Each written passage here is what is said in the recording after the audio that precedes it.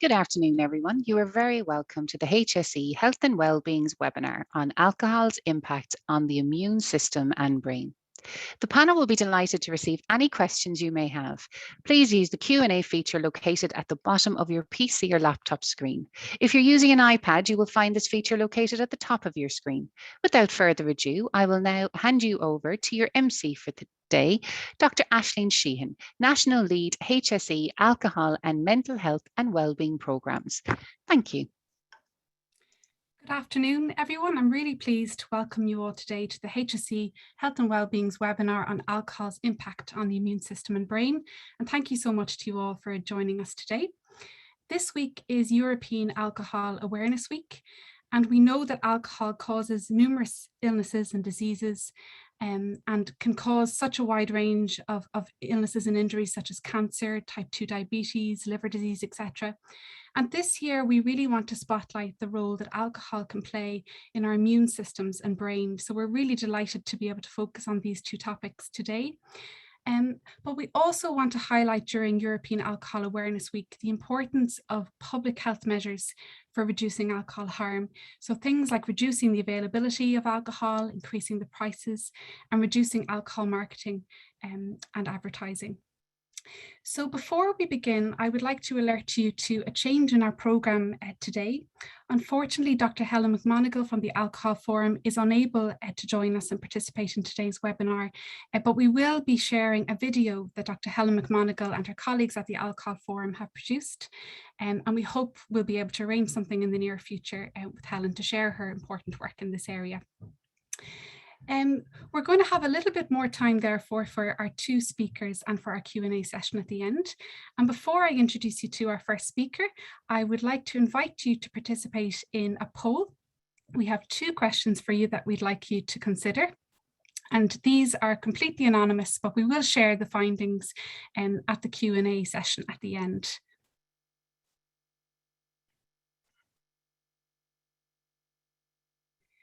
We'd be delighted if you would like to tweet during today's event using the hashtag Alcohol Awareness Week.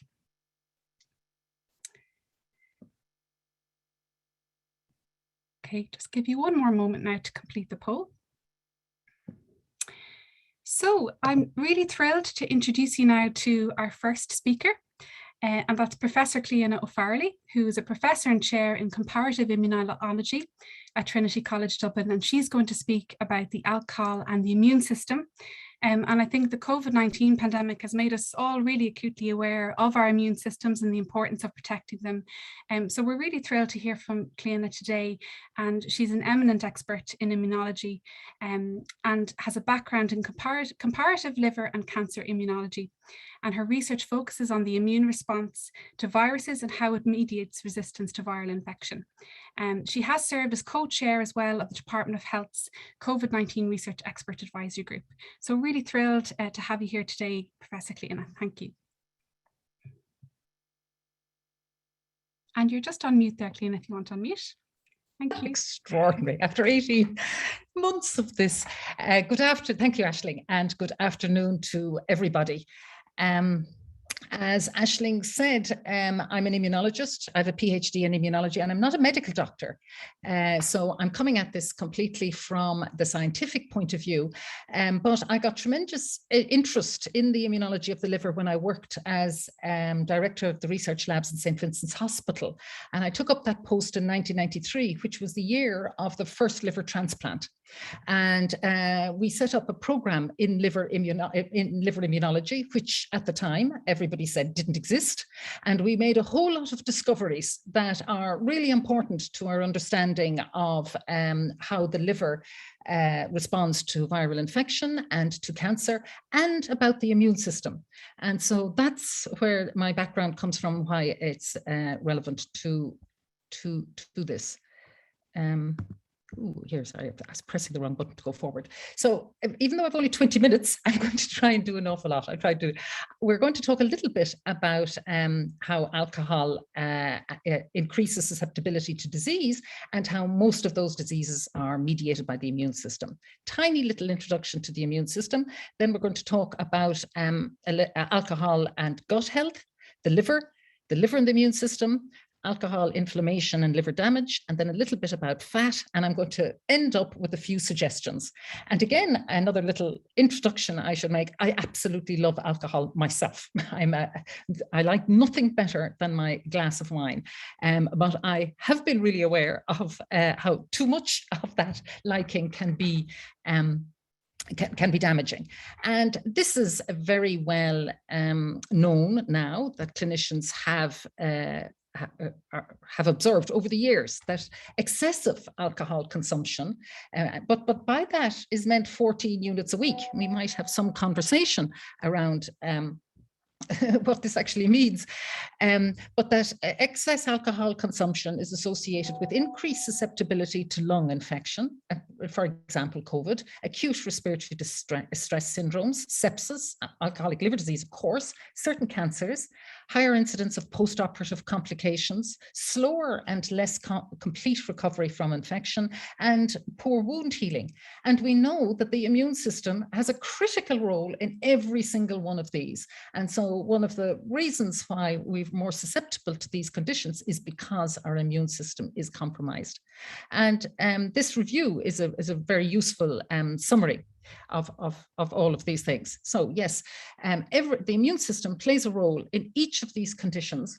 And also the immune system plays a really important role in keeping us healthy. So trying the two things, we want to stay healthy and we want to prevent disease. And by taking too much alcohol, we compromise that. Now, I should have actually put in another little bit to the poll and asked you all to just close your eyes for a second and think, where is your immune system? When people talk about the immune system, where do you think it is? What probably most people don't know is that our immune system is actually everywhere in the body. And the gut, the liver, the lungs, our reproductive tracts, our bone marrow, our brain, fat, all have their own immune systems, which are supplemented and connected by a circulating immune system, which is carried in the blood and in the lymphatics.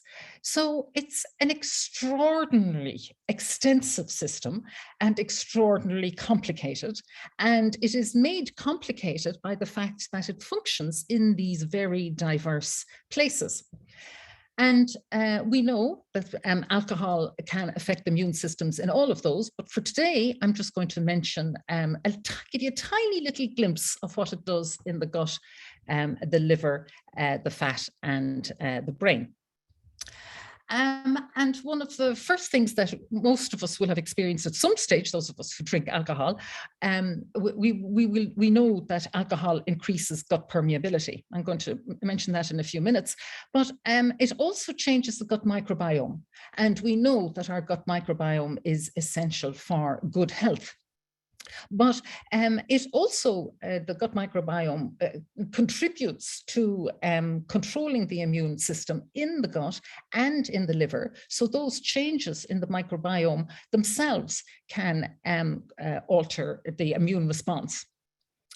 The alcohol also then emphasizes those changes by increasing gut permeability. Now, why I say we've all experienced this, because on occasions, if we have taken too much alcohol, we've had a dose of the runs. And our bowels are just a little bit looser the following day. And this is because the gut permeability has been altered. And I happen to, again, have personal experience of this discovery when I was postdocing in immunology in St. James's. And this wonderful man, Colm O'Mahony, was doing his MD at the time with Donald Weir on making a permeability test, gut permeability test, to study celiac disease. And all of us researchers were his controls. And he was getting really annoyed because we weren't reproducible. Sometimes we'd have a nice tight gut, and other times it would show permeability. And he was getting quite cross until he noticed a pattern that the high permeability was on a Monday. And he said, "Are you guys drinking at the weekend?" Of course we were. And so he repeated it 3 days after we'd stopped drinking, and lo and behold, our gut permeability went back to normal. So a direct example to us that the alcohol was having an effect on our gut permeability, which is going to allow more of the components of the microbiome across, which would affect the immune system in the gut and affect the immune system in the liver.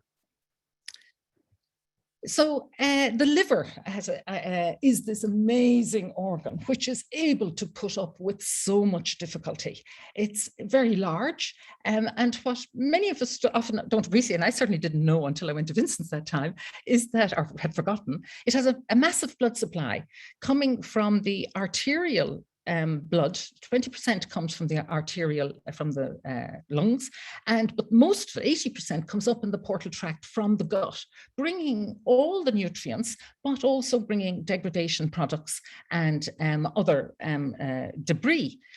So the liver has a major role in digesting. It's designed so that it can absorb all of this material, change the nutrients into a form that it can circulate around the body, and also use the microbial bits to control its own immune system, because its own immune system must remain tolerant to the good products that come from the gut.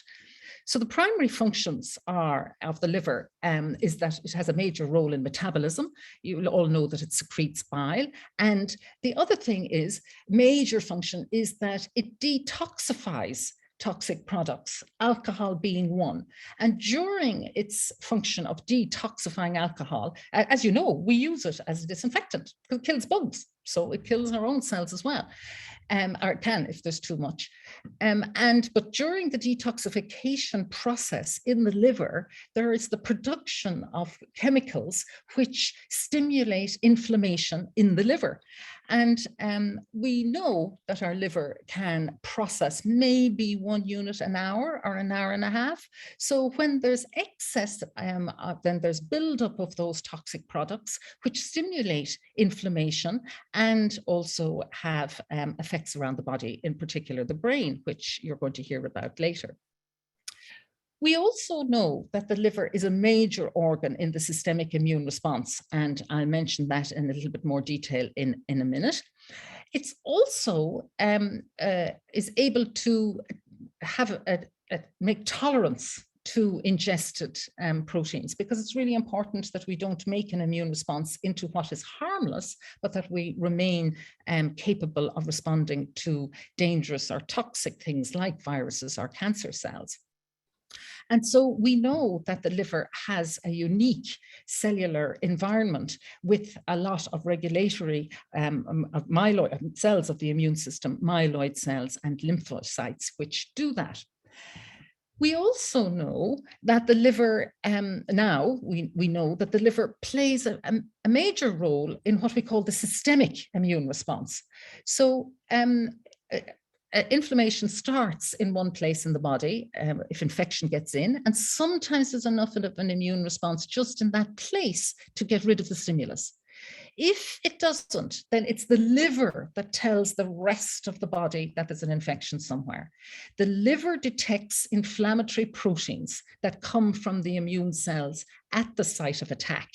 And the liver, the hepatocytes in the liver, of which there are trillions, respond to those inflammatory proteins by producing really important immune molecules that are put in the serum, so to bring around the body.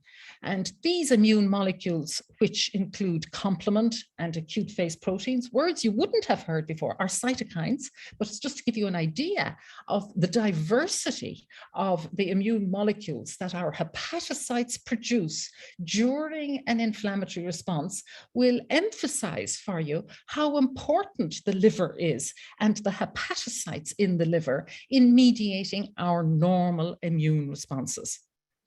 So this is illustrated here, which we, a lovely Chinese undergrad student drew for me to illustrate what happens during COVID infection. This is a picture of a cartoon of the lungs, and you have that large red cell is an inflamed epithelial cell, which has just been infected by the coronavirus. You can see it with its little crowns.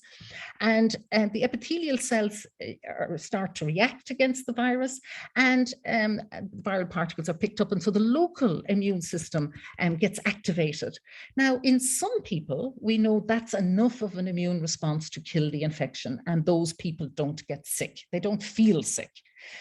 But in some people, their local immune system is not enough to clear the virus. The virus grows rapidly and overcomes their local immune system. So they produce more and more of these inflammatory cytokines. And they're illustrated just above the red arrow, IL-1 beta, IL-6, TNF, that go into the blood vessel, go around the body. And in fact, it's these immune cells that start making us feel sick.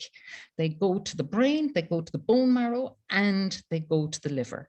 And in the liver, this is rather a busy one, but hopefully you can have access to these slides again afterwards, so you have time to look at them yourselves. But you see our image of the lung there up in the top left-hand corner. Evita Liao is her name. As I said, a wonderful Chinese student just doing her final year immunology this year. So the cytokines go into the blood vessel, go to the brain, where they give us sickness behavior, fever, pains, headaches. They go to the bone marrow, where they stimulate the bone marrow to make lots more white cells to come to the lungs and fight off the infection. And then their major target is the liver, where they stimulate those cytokines, those stimulatory molecules, stimulate the hepatocytes to produce these proteins that have these funny names here, acute phase proteins that are opsonins, proteases, and inhibitors. And specifically, some of their names are fibrinogen, mannose binding protein, serum amyloid protein, C-reactive protein. You may have heard them before. What they do is go out in the blood, out into the circulation, go to the site of infection, bind onto the virus, and make the virus more likely to be phagocytosed and killed. And they amplify the immune response. So if we take alcohol in on top, so that's what's happening normally.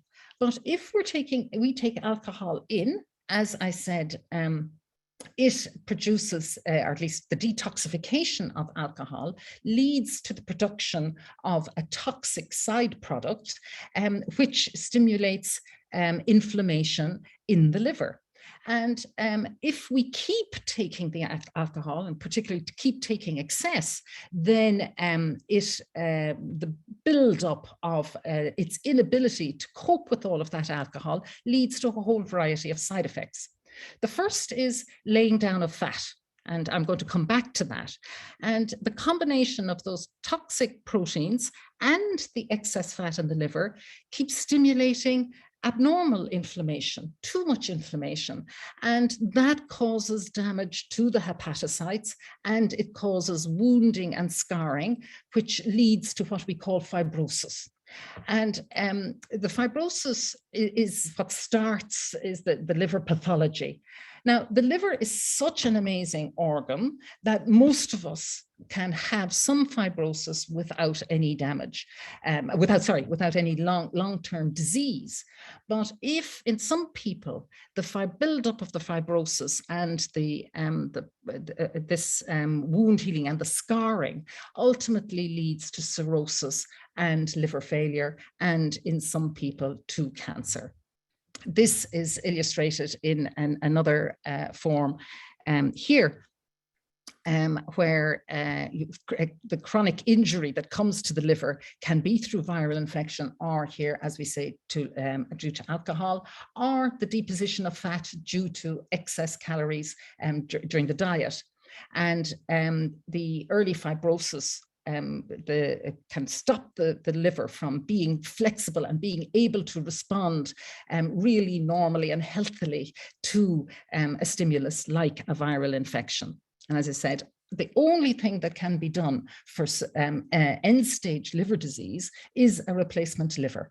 and that's a liver transplant. Sometimes the cirrhosis goes on to HCC, hepatocellular carcinoma, which sometimes can be resected. These images are or at least slices of liver showing the buildup of liver damage. Now, as I said, in St. Vincent's, we started studying the liver immune system, which nobody had done before. And we made all of these really wonderful discoveries. There was about 4 or 5 other labs in the world did the same thing. And we discovered that the liver has this fantastic immune system, which of course we shouldn't have been surprised at, seeing as how it had to deal with so many stimuli. But one of the big discoveries we made was that there were a lot of immune cells, and here they're summarized in the bottom right-hand corner here, a lot of lymphoid cells, really important for fighting against cancer, but also for fighting against viral infection, in particular natural killer cells, which are immune cells that, as I say, detect virally infected cells, like there's the viral immunity up on the right, and they detect tumors up on the left-hand corner. And they contribute to getting rid of that by activating different arms of the immune system. In the healthy liver, yes, we discovered that when you transplant an organ, that the medium that the organ is transported in is Wisconsin's, and it's used to perfuse the liver. When the donor liver gets transplanted into the recipient patient, the transport medium has to be removed, the perfusate. And we found huge numbers of the liver immune cells in that perfusate. And so we've been studying these for the last 10 years. And in the bottom right-hand corner is a very lovely image taken by one of the PhD students, Ronan Fahy, of these really amazing cells that move out of the liver and into the transport medium. So as I said, we discovered that there are multiple populations of these NK cells in the liver, and we've discovered that they're really important for maintaining a healthy liver. They're really important for fighting against viral infection like hepatitis C, and they're really important for keeping an eye out for cancer. So either metastasis or primary liver cancer. And we've done a huge amount of work on their role in cancer, and have learned that when cancer is growing in the liver, that these cells are compromised, and as well as many other immune cells. And so, of course, the added of too much alcohol on top of that, giving the toxic, is compromising those NK cells, therefore giving rise to the increased incidence of cancer that you see when people drink too much alcohol. Now, one of the other major, as I kind of alluded to, ways that the immune system gets compromised by too much alcohol is fat deposition, putting on weight. And I know this personally. As I said, I love my glass of wine. I put on the COVID stone. I was eating very healthily, but I knew I was drinking too much. And alcohol has got lots of what we call dead calories, useless calories. Now, they're not dead, actually, because those calories, the excess calories, will be laid down in our livers and in the rest of our bodies. So a medium, just to remind you, a medium glass of white wine has around about 140 calories. And if the body doesn't need them for energy, they go down into the liver. And the fat in the hepatocytes are another stimulus of inflammation. And when you have that chronic inflammation, you get the fibrosis and the cirrhosis that I mentioned. Now, St. Vincent's was one of the first to start demonstrating how obesity or excess weight compromises the immune system. And this was research driven by a man I suspect many of you know, Donal O'Shea, who's a major speaker about obesity. And this wonderful young woman, Lydia Lynch, who did her PhD with me, but went to postdoc with Donal and is now a professor in Harvard, has been doing these amazing studies describing natural killer cells in healthy fat when we're skinny and we have just healthy amounts of NK cells in our fat, just like we have in our liver. But when we put on weight, then those NK cells are depleted and they are dysfunctional. So she has a lot more work coming. She'd be a great person for you to speak to, and she could talk from Harvard. So in summary, what we have kind of quickly flashed over is giving you some insight into how alcohol gives increased susceptibility to all these diseases that are mediated by the immune system. Reminded you that the immune system is all over the body, and then started to talk about how excess alcohol could compromise the immune system at many of those sites, in the gut, in the liver, and how the compromising the immune system in the liver is really bad for our normal immune responses, is compromising our normal immune responses, and how fat compromises immune activity. So I'm going to finish off with some suggestions about some of the things that I did myself. First of all, not everybody here listening, of course, takes alcohol, but those of us who do like it want to keep enjoying it and avoiding the excess and the hangovers. So I've tried to have some alcohol-free days a week. And another great one that I've introduced is taking a glass of water each time I take a glass of alcohol. Also stopping drinking alcohol earlier in the night, because often it can be a habit. You just pour another glass of wine. Whereas if you go to put on the kettle and have a herbal tea, that's really useful. Also, I've discovered through my sons, actually, that there are many really nice non-alcoholic beers around. And my husband even announced the other day that the non-alcoholic Guinness is actually worth, and he's a real Guinness drinker. He says it's worth drinking. Trying to eat healthily, trying to get good sleep, and trying to take regular exercise will all help with that sort of decision making. So the very last thing I'll finish on to introduce, so as to kind of lead into the next bit about the brain and alcohol and the brain, I just want to kind of introduce the idea that we do have an immune system in our brain as well. And this poem beautifully describes what it does, I think, and I'll just read it for you. It's called Glymphatically Yours. It's by Deirdre Kessler, who's a Canadian. I like the part about the car wash. I mean the cleaning crew in our body that has the night shift. We close our eyes and one way or another, quickly or slowly, we go to sleep. Out they come to take up their stations inside the cranium, each knowing her or his territory. Those are the immune cells.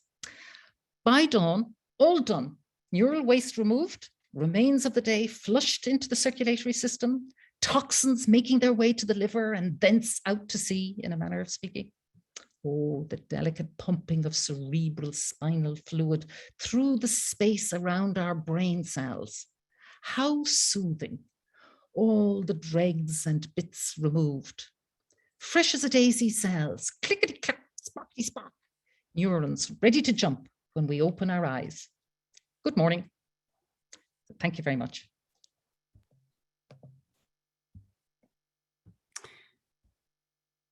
Thank you so much, Cliona. What a fascinating and such an engaging presentation, and a beautiful poem to end and to link us into our next speaker.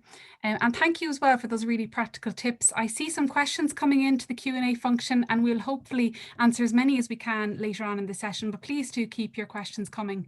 And as I said, we'll try to get to as many as we can. So I'd now like to introduce you to a very short video on alcohol's impact on the brain across the life cycle. And this is from the Alcohol Forum.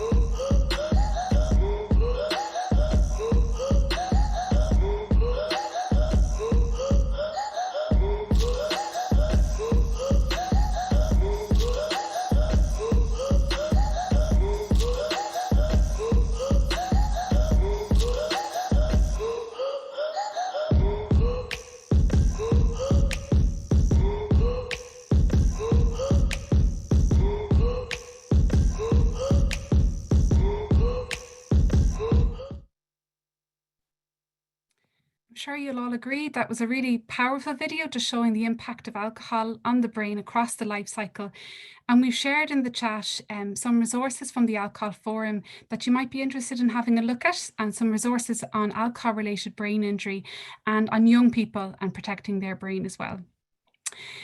So I think that's a really nice segue now into our next speaker, and I'm really pleased to introduce you to Dr. Dara Cannon. And Dr. Dara Cannon is a senior lecturer and neuroanatomy director at the Clinical Neuroimaging Laboratory at NUI Galway. And Dara's research focuses on the biological underpinnings of mental health difficulties such as mood and anxiety disorders. She teaches human brain anatomy to students in medicine and science at NUI Galway, and runs a laboratory using brain imaging and collaborates with a wide range of experts around the world. And she's going to speak to us about the latest research and evidence around how alcohol affects the brain. So thanks very much, Dara. Thank you. Hear me all right and everything? Good. So you're very welcome. And, you know, again, I'm not a clinician, I'm a scientist, and I want to bring you for a little tour inside the brain. And what I wanted to focus on was the most recent evidence about what we can see when we do MRI scans to look in the brain and what the effect of alcohol is. And have a think about what low, moderate levels are really doing, and what we can see that they're doing to the brain specifically. So just pop up these slides.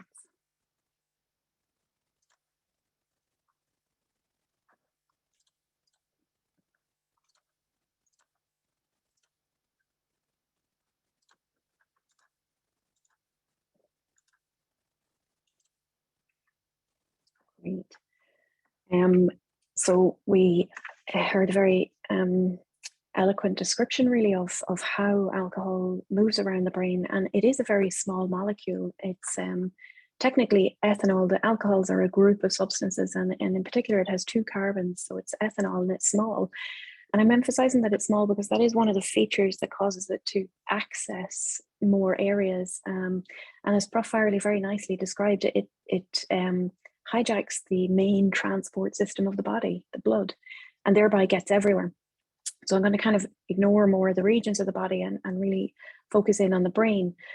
And you can see here an MRI image or a slice of it, just to kind of give you an idea of what we're really doing in people to be able to tell some of the information that I'll share with you. It's been really clear as well that the harms in general and acute intoxication, so it is a psychoactive substance. It's having an effect on your perception on the world and your physical effects on coordination and so forth. And I think it's worth spending a few minutes focusing beyond that to say that, well, when those are over and done, if they're even done safely, beyond the road tragedies and the real hurt in families from violent and non-violent alcoholism, but to take a look at those decisions we make around low and moderate use. So, you know, in declaration as well, you're looking at a fully fledged human here. You know, it's mince pie day today apparently, but also I like my glass of wine. So yeah, it's also about thinking about the evidence we have and how to make a decision to enjoy it in a way that doesn't have long-term consequences that we're not maybe factoring in or that we'd regret ultimately. So one of the reasons to bring that conversation away from the acute effects today, or at least just for these few minutes, is that the vast majority of us are not addicted. The vast majority of us are sort of in the low use or glass occasionally or maybe moderate use. And it's to think about what's that doing. So we do know that it's contributing to the risk of developing cancers and stroke, for example. But about 50 years ago, we began to be able to look inside the body at the anatomy and the structure using MRI, magnetic resonance imaging. And so when we look inside the body, the scientists since then and mathematicians have developed ways of measuring the anatomical aspects of the brain to show us how healthy or otherwise that is. Just looking for the pointer, one moment. Laser pointer, lovely, great. So these different parts, they all have particular functions, and so measuring them is potentially useful and important to think about, especially with the lower levels, maybe to start to look at the newest evidence. So this is a postmortem brain, and that's having cut through the 2 hemispheres, and you're looking at the medial surface or in the middle, and this is an equivalent MRI. obviously before MRI, we were relying on studies afterwards. And so information even as old as 30 or 40 years might focus more on very severe effects that very heavy drinking would have caused, and you see massive amounts of neuronal loss. But now with MRI, we can look across the lifespan, even in neonatal development, adolescent development, and so forth, and really take a look at these regions and make measurements on them and determine what they're doing. And we have a derivation of MRI more recently developed, diffusion MRI, that allows us to look at white matter, as well as looking maybe at aspects of grey and white matter in the standard MRI, the image in the middle. So grey matter is a bit, I'm going to do an analogy of your house.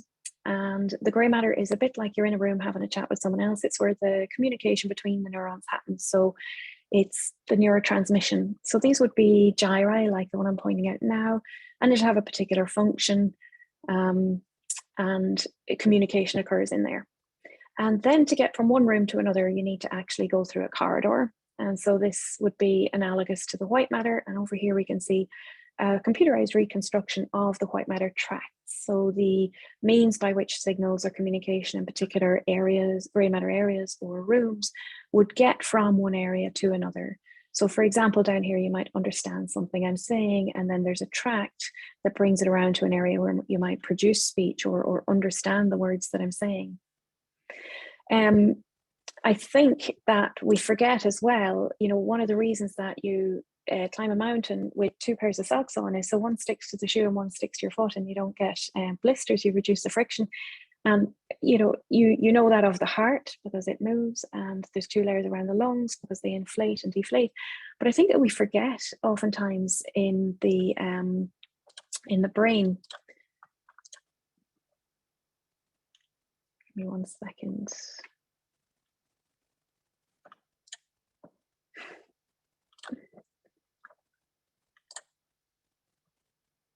We forget that it is a living, pulsing organ in the body. And so as arterial blood enters the brain, you can see on the left that there's a small amount of movement, but if you amplify it, you can really see the extent to which those small movements are real and true.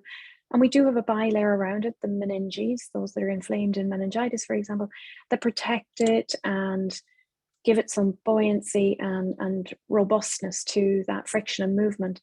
But when you think about it moving like that, I think it brings it to life a little bit more in terms of what's happening to it. Okay. So with the MRI scans, you can see it here. There's some cortex on the outside, and that's the grey matter, and then there's white matter in the middle. And here's another grey matter region. It's called subcortical because it's under the cortex. And these have different functions in terms of individuals.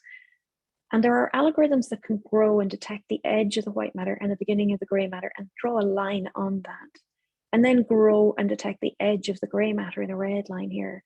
So for example, this one's developed by Fish and Dale, and it's widely used. And in the wonderful way that universities do, their funding allows them to make it available as freeware. So anyone around the world can download that software and do these kinds of measurements if they have MRI scans.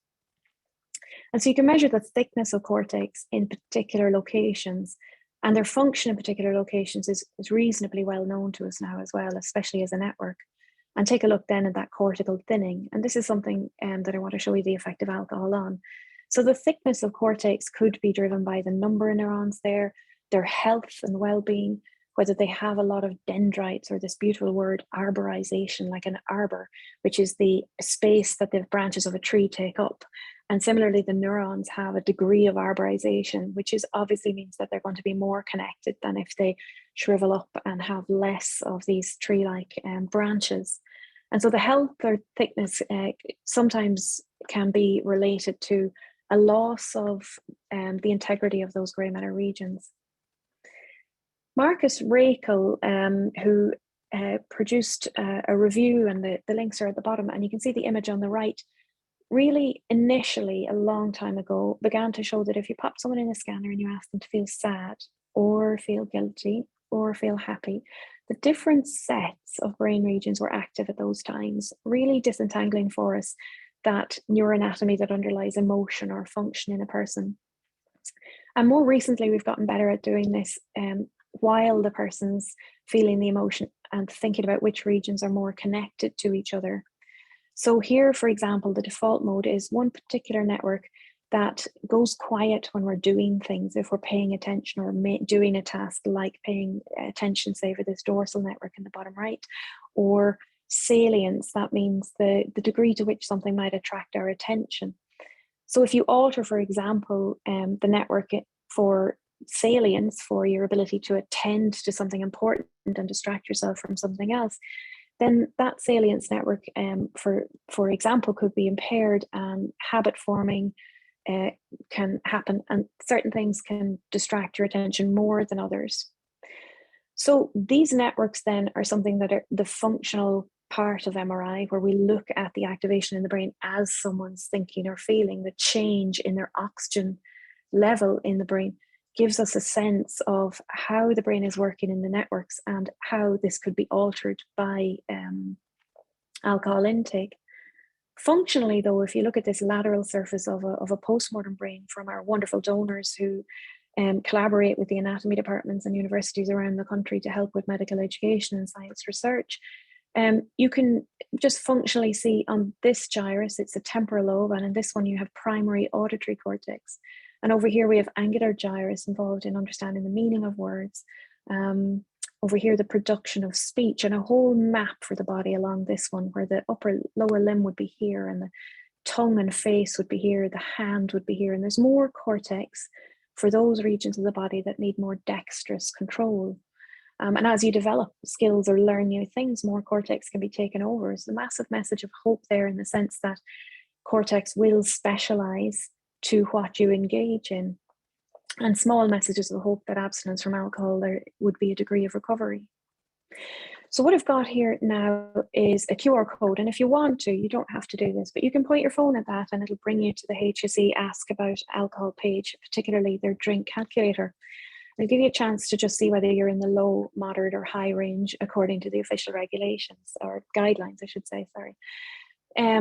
But you don't have to. I can give you a sec for that to work, and if you don't, instead I could draw your attention here to the x-axis on both graphs, where it tells you that your daily units, so a unit would be a small glass of wine, say 80 to 100 ml of wine, depending on the percentage, or a half a beer, or a standard bar measure of spirit, so 35 mils or milliliters.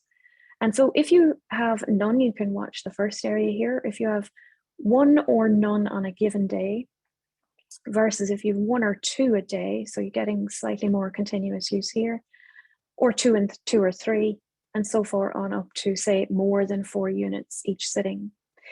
And on the right is 0 for the average cortical thickness, so the average of your grey matter cortex in terms of where it would be for the population. And this is a really large study here. You can see that all the subjects, 36,000, made possible by a UK biobank study, where the UK government and the NHS coordinated to ask the population, look, will you tell us many things about their life, not just alcohol use? And also, would you undertake an MRI scan? And 36,000 people did. Well, about 43,000 did, but for the clear data that could be used, about 36,000. And you can see that one drink or sporadic use of 1 unit a day or less will be indistinguishable. And when you move up, and this of course can be attributed to the fact that you can metabolize a small amount in about 2 hours, 1 unit, in 1 to 2 hours, 1 unit, so that 1 glass or the half beer will be successfully metabolized, and your blood alcohol level, the degree of alcohol that's reaching the brain, will be less, and therefore not potentially harmful. And when you move to the 1 to 2 daily unit bar, you can see that you've moved below the normal line, and it's significantly different to these. It's a little bit less, and you've got some thinning going on, and so forth and so on, with an increased dose relationship for your ongoing daily units. So not really thinking maybe about the last 1 day or 2 days, but thinking across the last few weeks, where would you sit on that? And we said the grey matter were like the rooms where the conversations go on, so they really impact those conversations in the grey matter, but also the transmission of information from one room to another, the white matter over here on the right. And you can see exactly the same pattern, where the communication highways between different regions are being negatively impacted in their degree of organization, and that's on a microstructural level, so thinking about their intactness in that respect. What I wanted to emphasize with these are all different brain regions, and you can just see that the curve is going down, meaning that the more alcohol consumed as we move over to the 100, you can see the greater the impact, but it's also really widespread. It's not very concentrated in a particular area. So for example, in one very large scale study, actually the one I showed you, Daviet, in the last slide, of the 95 or so brain regions inspected, 80 or so showed this effect. So it's widespread on the brain. It's not very discriminating, which makes some sense because alcohol gets everywhere.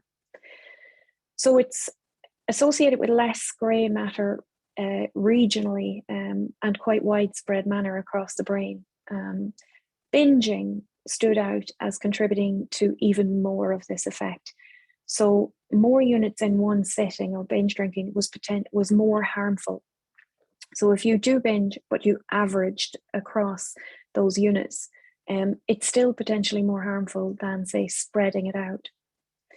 And then there was an interaction here where anyone with high blood pressure or a high body mass index were at greater risk of having an impact of alcohol on their grey matter.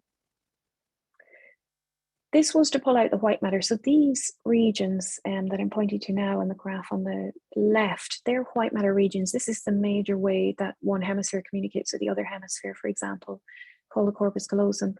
And the green are just highlighting all the regions where there are white matter.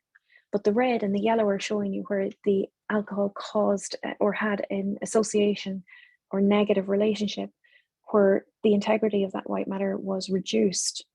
So if you damage that white matter, it's a bit like this. You're in your house and you're in a room and you want to go from the kitchen to the bedroom. You've got to go up the stairs. And let's say the stairs are damaged or gone. Well, the communication becomes a lot more difficult between those two rooms, doesn't it? Because you can't get there. So in a way, you're impairing the ability of the communication systems within the brain, or the networks and the way that those networks work in the brain. And these are controlled for age, gender, education, IQ, and also exercise, which is a highly positive effect that Prof. Farrelly mentioned as well, a highly positive effect on brain health. It's controlled for those things. So we think this is quite a robust finding in a very large sample, and I think improves our understanding of this. So this is a depiction of the way that we study this in a network. You can see the balls and sticks joined together, and the balls are like the grey matter nodes or the rooms, and the sticks are a bit like the staircases or corridors between these nodes. And you can mathematically look at the, say, average path length across the entire brain that it might take for someone to have a communication of information from one node to any other node, and how many times does it need to pass through an edge to get there. And we can see in some disorders that there's a deficit in that in other words, there's a longer path length to get information from one area to another area. And that's common in some brain disorders. So we can now see from some work from a fabulous PhD student who has just literally left and moved to a company, Fiona Martin, some work that looked specifically at which regions or which network in the brain. And so this is like you're looking down on top of the brain. Don't worry too much, but really all in red is a network of areas that are involved in emotion, memory, and also movement. And they are differentially affected by alcohol. So over here is a scale called the Audit C that tells you how much alcohol someone's using. So once you pass 5, you're getting into the harmful range. And you can see that there's an association such that the more alcohol that's been drank, the greater the connectivity strength in this subnetwork in red. So it's differentially impacted by alcohol. The flexibility between these networks is something that we're beginning to understand is really important for cognition and processing information and memory, and also emotion regulation and executive function. And so if you disrupt a network like that and you increase its connectivity, you could be reducing the flexibility of moving between different states or network states. So It's to think about it as a dynamic thing that's changing over time, where some networks need to be active and some need to be at rest for you to optimally perform. And if you disrupt the flexibility or ability to move between those two states, it's potentially harmful. And just to prove this to ourselves, we took out, say, for example, that connectivity strength in people, this lower group versus the higher group. And you can see then that the harmful use group do indeed have increased connectivity and potentially impairing their function. So this beautiful image is from the CREST BD collaborator, Victoria, who has a blog. And I thought it was nice to bring mental health back into this, because we can see the positive aspects of bipolar disorder not to be ignored, creativity represented on the right, versus all the different factors that come into being in mental health, genetics, where you live, exposures, environmental, emotional, and so forth. And something that in the literature we call a modifiable factor would be something like alcohol, where you're making a choice and you can choose to eliminate it from the risk factors. It's well documented before brain imaging studies that lifetime alcohol consumption contributes to a poorer course of illness. In other words, potentially more rapid cycling and more suicidal thoughts or attempts. But what the imaging studies are really bringing to this then is that if the network is altered and you add alcohol, it's adding another challenge that's potentially avoidable and that destabilizes that function of the brain and mental health. So to bring it together, I guess I wanted to make sure that I had been fair to the amount of work and the fascinating things that are being done with in vivo imaging about brain health in general. And the brain can now be imaged, say, even in utero, looking at neurulation, getting just from a neural tube to what's happening before birth. And we're not born with much myelin, which is a significant part of the white matter or the insulation on communication between brain regions. That myelination actually keeps going and isn't finished till you're nearly 20 years old, to the right of the lower diagram. And we also have a patch of time around age 6 where we have 95% of the max total volume. And there's a natural pruning phase where myelination's increasing, but there's a pruning of the grey matter. And the balance between those two over time is really important for normal brain development. So I consider these places where massive changes and processes are happening to be particularly vulnerable to exposure. And again, that myelination between, say, association tracts within a hemisphere is really incomplete until the early 20s. And then if you take a look at adulthood or aging at the top 3 graphs, you can see age on the bottom. So going from 20 to 40, 60, and 80. And you can see these natural declinations from, say, various ages. And they're not similar, those curves. These ventricles are spaces and they get bigger, usually meaning a loss of the other 2 tissues. And they're going down over time, and that's perfectly healthy aging. So what some people have done more recently is to put it into machine learning algorithms, where you can use all of the information from the image to try to predict someone's brain age and compare it to their chronological age, so age you actually are versus what it looks like in the scan. And brain age is older in many brain disorders. So I think my point here really is that when you're interacting alcohol with disorders of the brain or challenges that already affect the brain, you're really putting an extra strain on the system and reducing your ability to preserve or be resilient to those disorders. So the largest effect in these studies, where green would be your brain looks like exactly the age you are. And here you have a change where your brain is getting older over time. And we take a look at this dot on the right. These are people who are having daily or almost daily intake. And their brain might be up to 0.4 years older than it should be for their chronological age if they're continuing daily or almost daily use. And this is in a more of a middle-aged group, really, rather than speaking across the whole lifespan. And so I think this emphasizes, in addition to the information you already have on binging really having more significant negative impact, but also continuous use without breaks. And so lowering the amount in a given time and spreading it out, having none midweek, and then a drink that's within your metabolic ability, on an occasion would be potentially positive pieces of information that come from this kind of data. There's a lot of information out there on the effect of alcohol in the brain, and there are a lot of sources, and some of them are funded by the drinks industry. And it's just to, I suppose, remind everyone about the really reliable locations where we can get information that are either just charities or places where the funding has no relationship to any kind of profit making at all. And so an example here would be the Brain Behavior Research Foundation. They have fantastic information for individuals, especially if you're interested in the interaction between alcohol and brain health. And also we have the European Brain Council and Irish Brain Council. And our main charity would be Alcohol Action Ireland.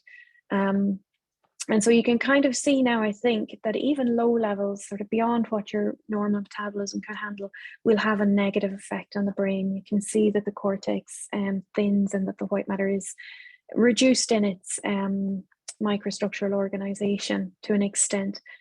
And then that moderate drinking moves on and has an even greater effect on the brain, but also starts to interact with several medical conditions, increasing the risk of cancers and stroke, and, you know, very elegantly described impact on the immune system as well. And then that very high levels, of course, result in severe brain and behavior alterations, such as moving into addictions and atrophy, where brain areas are unrecoverably degraded and difficult to recover at that point. And I will stop sharing, but thank you so much for your time, and I'm interested to see your questions. Thank you so much, Dara. Another really fascinating talk about how alcohol impacts on our brain and some of the recent evidence on that. Delighted now to have just a few minutes for us to have a chat and to maybe pick up on some of the things that are coming in the Q&A session. Before we get into that, I'd just like to have a look at our poll results from some of the questions that we asked earlier in terms of people's awareness around the impact of alcohol on the immune system, and the level of alcohol use that people felt would have a negative impact on your brain. Just looking at those, Cliona and Dara, is there anything there that strikes you or that you're surprised by? I'm really surprised that people are kind of aware that alcohol affects their immune system. That's very encouraging. Good. Maybe it's because everything affects your immune system. That's yes. But and we're getting more aware about the role of our immune system. Yeah, exactly. How about you, Dara? Yeah, well, I mean, even before being kind of, you know, immersed in the literature, I wouldn't have been that aware that a low amount of drinking was even having an effect. So it's great to see that there's a degree of awareness about that. Yeah. And there's a comment here from our colleague Sarah McCormick, and asking whether, if you know, do you think if people better understood some of these impacts, because it can be quite complex and technical, if people better understood that, do you think it would change their attitude to alcohol? You go ahead, Dara. I would say it has changed mine, and I think, you know, that if you're it's just bits of information here and there, and we discover new things, and it's great to keep up with that, isn't it? Maybe 20 years you couldn't have been expected to understand the impact, and then some individuals are more vulnerable than others. That's important to kind of keep in mind too, and we don't necessarily know if we're on a track for dementia, but if we're reducing the resilience over time, it would be a gift to yourself, wouldn't it, to preserve that? Yeah, that's a really good point, Dara, that you raise about the variability, because I see someone had that question there about the fact that they got diarrhea when they drank, and were wondering about their tolerance to alcohol. And that's certainly true, that we all know that there are some people who can drink loads and not get liver disease. So there is huge variability, and then others drink a small amount and do get liver disease or have the effects. So that's another whole area of research. And the other thing I noticed in your data, Dara, is about how more susceptible women are. I mean, that's really interesting. It turns out that female brains and those microglial cells that clean up all the debris, they're quite different in female brains. And so it may partly explain why women are more susceptible to that damage. And we're wondering, we certainly know now that women's immune systems are different, and we're just looking at exactly that in the liver as well. What is it about female hepatocyte function that might make us more susceptible to the damage? The issue of, what is excessive alcohol use and at what point does alcohol use become dangerous to our health came up in both of your presentations.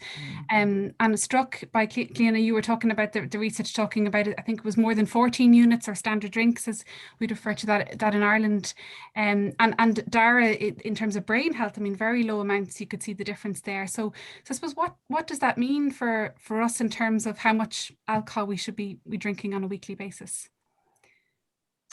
Well, I think they've been, the hepatologists have been telling us this for years, but certainly in Ireland, we really need to, reassess, I think this is the way they put it. We need to reassess our relationship with alcohol without a shadow of a doubt. And as I said, I started off with my suggestions while remaining able to enjoy it.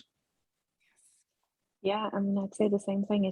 It's a nice thing to enjoy in moderation, but we have struggles, I suppose, with not just individual responsibility, but responsibility of industry and advertising. We've got to come at it from both points of view, make our own healthy decisions in addition to not having it increased non-necessarily in front of children at sporting events or things like that. So it's a combined approach, isn't it, in that perspective?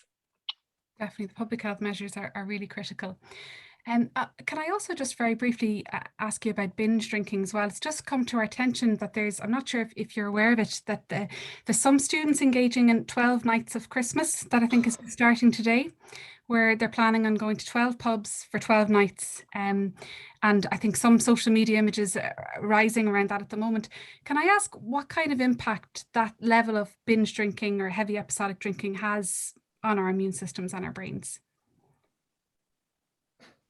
I could It's be really negative. dramatic. A high proportion of those will be sick by the end. How about saying that at the end of the 12 days? I mean, and some of them, I mean, it's just such a shame when you say, and yes, look, we were all young.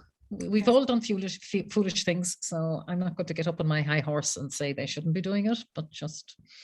I know, I mean the same, I went to college and we would have had less information and more access, and now things are improving a little bit, the time of day that maybe a college bar might open, things like that. But I think it's the road tragedies, the deaths, the suicides. It's those that maybe now, as the more the mother in me kind of gets very fearful of, where something like 12 nights, just whatever decisions you are making, keep yourselves safe and keep an eye on each other. There's been some really awful incidences involving alcohol recently, and we have the first few weeks of colleges a flagged area where mental health difficulties are exacerbated, and alcohol most definitely plays a significant role in that. So yeah, just actually that's another really good point, Dara, about and I meant to say that when I was kind of putting in about the sleep, is about depression. The effect. And again, we all kind of gloss over that in a way because we love the feeling of a little bit of alcohol,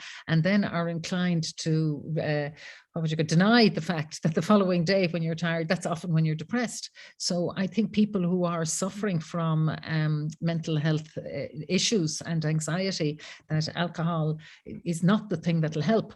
And that's what you would really worry about with something like the 12 days, that you'd have some vulnerable people being kind of whooshed along in the whole excitement of the thing and then getting damaged. So it's not just their livers, it's the brain and the mental health that you would worry about, besides the fact that their immune system will be compromised. And I think again we all have noticed that if we've been drinking, that we are more susceptible to colds or flus afterwards.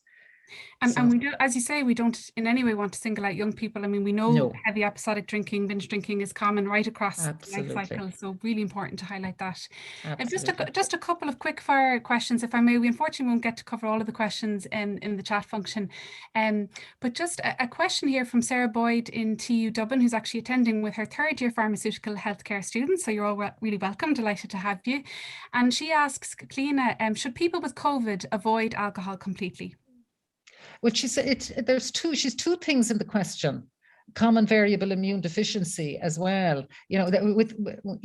Definitely with infection, because it compromises the immune system. Just keep it.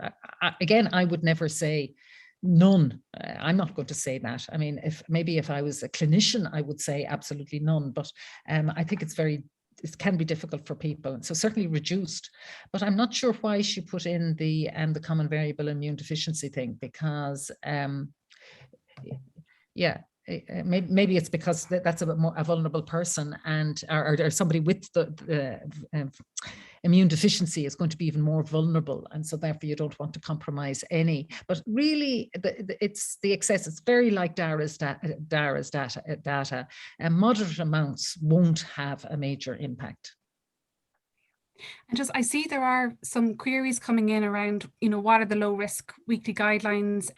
So just as Dara pointed out, we do have a drinks calculator on askaboutalcohol.ie, but the low risk weekly guidelines are less than 17 standard drinks a week for men and 11 for women. But we really encourage you, for people interested, to have a look at the drinks calculator, and we also have a self-assessment tool on the website. Dara, actually, can I? Oh, yeah. Sorry, no, go on. No, go ahead, Gina. This one for the inflammation. This is a very interesting question here. Does inflammation reduce when obese people lose weight, or is the damage permanent? And this is a really interesting question. No, the fibrosis seems to clear. Like if people go on diet and reduce their obesity, then the fat leaves the body, leaves the liver, and that level, if it's not gone too far, the fibrosis does repair. We've got some really interesting studies on donor organs, which are sometimes excluded because they're from obese people. And we're showing that in actual fact, this is where the liver is amazing. It's got this great regenerative capacity. And some people in particular have lots of this regenerative capacity. And once they stop putting in all the extra calories, then the fat goes and the fibrosis can cure. Yeah. When it's an early stage. And so it's really, really, that's a really interesting question to follow. On the same point with a message of hope, I see Glenn asked about brain recovery, and there's a small little bit of data out there to suggest that, so it'd need to be confirmed, I think, in these bigger studies that I showed you there. But it does suggest that when you stop, things do recover, which is a great message of hope, isn't it, as well, like in decision making. Exactly. Exactly. So I know we've gone a little bit over time, so thanks for those of you who are still with us. We just really wanted to have a little bit of time to chat. But just finally, if I could ask you both to leave us with a key message that you'd like to leave people with. Whoever would like to go first. Dara, do you want to go? Sure. I would probably just say to think as an individual about your own context and circumstances, and whether there's a family history of brain disorders, and whether and other types of disorders that might challenge your system, and then to just make your own decisions for yourself with the information you have. Exercise is fantastic for the brain. It's all a balance, a quality of life. I'm not giving up my glass of red wine occasionally. I'm not, and I can see the data raw in front of me. So I would say it's about making the best decisions you can for the situation that you're in. I think you've said it really well, Dara. I just re-echo that and say, enjoy Christmas. Everything in moderation, including moderation, but to take a holistic approach, because, kind of increasing the exercise and increasing the healthy diet and increasing the sleep. Actually, that's another really important one. Getting good quality sleep. They'll all actually help with kind of modifying modifying the intake. Fantastic. Thank you so much, Dr. Dara Cannon, Professor Cliona Farley. Really, really appreciate your time today and for sharing your expertise and for giving such fantastic talks.